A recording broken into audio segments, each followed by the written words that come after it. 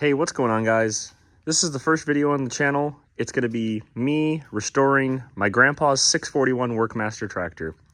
This tractor has been used and abused its entire life and has been sitting under a lean-to in Missouri for the last 10 plus years or more, probably. This tractor is currently not running, but it's all here and it should be really simple to get it up and running again. I think besides the points and the distributor, we're not gonna have to do a whole lot here to get this thing up and running again. So let's dive into this thing and let's see what it's gonna take to get this thing running, back in the fields and working once more, and see if we can use this thing on the farm to start a new farm on the property here in Oklahoma. All right, here we are on this side. I have taken this cap off. I was just checking the cap. You can see it's got dirt and stuff down in the plug holes here, but we can clean that up, I think, and get this to come back around. The underneath actually looks really good still. This cap and this rotary bug are really good.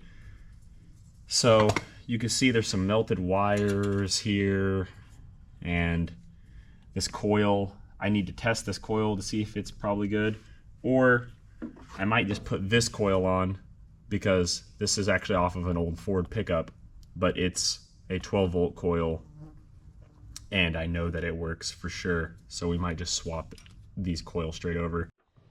Well, I went and got wire here. Couldn't find the black, so I guess yellow is gonna have to do. I'm going to cut this old, oh, didn't want to throw that on the ground, bolt there.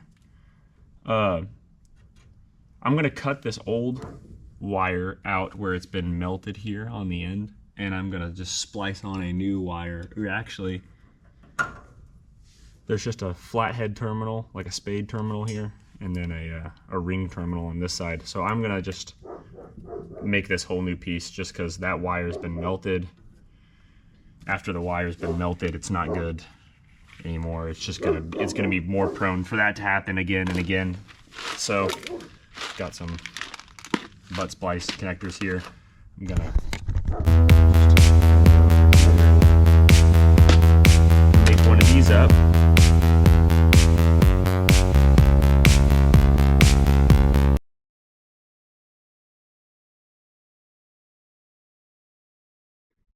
All right, we've got the coil back on. We'll go ahead and pop this on here. That goes there, and then this will go to our distributor cap. Go ahead and put these wires back on here. We've got these terminal connectors here. Put those there, there. So once we get this on, we will take the spark plugs out, check to make sure there's not, and make sure that we'll check to see if there's oil in this. There's not, I would imagine. So we'll check that, and then if there is oil, we'll see if we can put a battery in here. And I just want to see if it'll turn over. I'm not really trying to turn it on yet, per se, but I do want to see if it'll turn over. I don't know what the condition entirely is, other than it ran and now it doesn't. So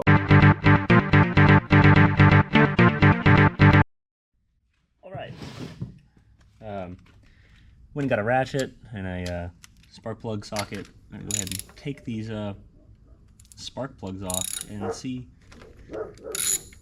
what they're looking like, because I would imagine they are going to be looking pretty not good if I had to take a guess. So start from back to front here. I mean, I don't know if you can see that there. It's definitely looking a little rich. Let's hope all of them are not like that. I don't know exactly what you're looking for, but I'm pretty sure you're supposed to be, the end of the plugs are supposed to be like a golden browny color. One came out with dust literally on the end of it, so that's great. You can tell that one. You can't smell it, but it smells like straight two-stroke fuel, so that's probably fine. Nope, that'll probably be a problem later. Anyways, there you go. Okay, hey. Oh yeah, it doesn't smell either. This one's pretty alright. It's got the golden brown kind of going on here. It's not super covered in oil or anything. Doesn't smell. That one's not bad. Pop this in here. Open this up. See what we got on lucky number one, maybe. Number one is kind of the same story as the other three, or other two at least. Doesn't look too bad, but there's definitely a bunch of oil. So just rich. She just looks rich. Let's see if we can get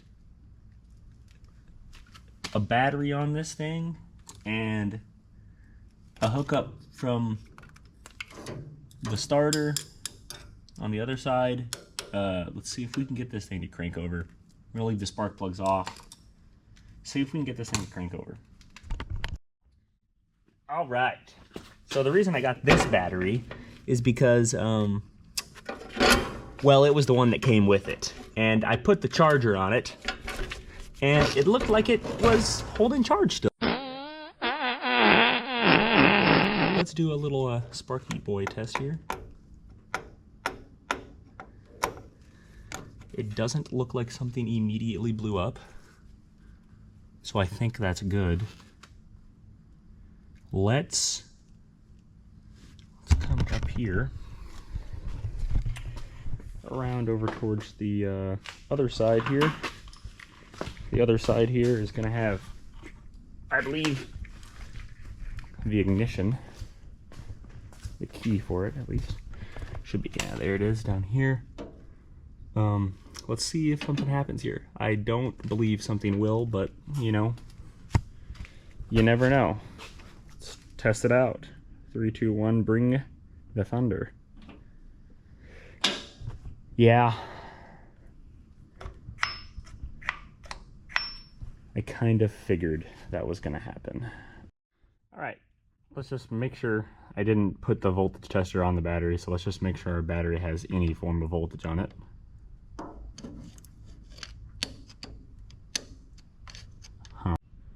Alright, I moved a light around here in hopes that maybe that will be helpful so you guys can see a little bit better here.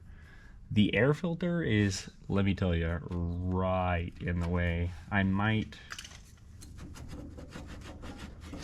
do some remove. Well, the fact that that was just interesting. Anyways. Alright, that's about the best I can do right here. So, this wire here, this red wire, is running up here to our alternator. You can't see it, but it runs up here and connects to our alternator. So that's fine. It also connects to what would appear, it runs up, this is the positive cable for our battery on the top side here. Let's connect something here. Let's see if we are getting anything. It doesn't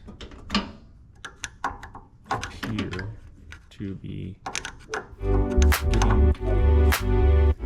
anything there.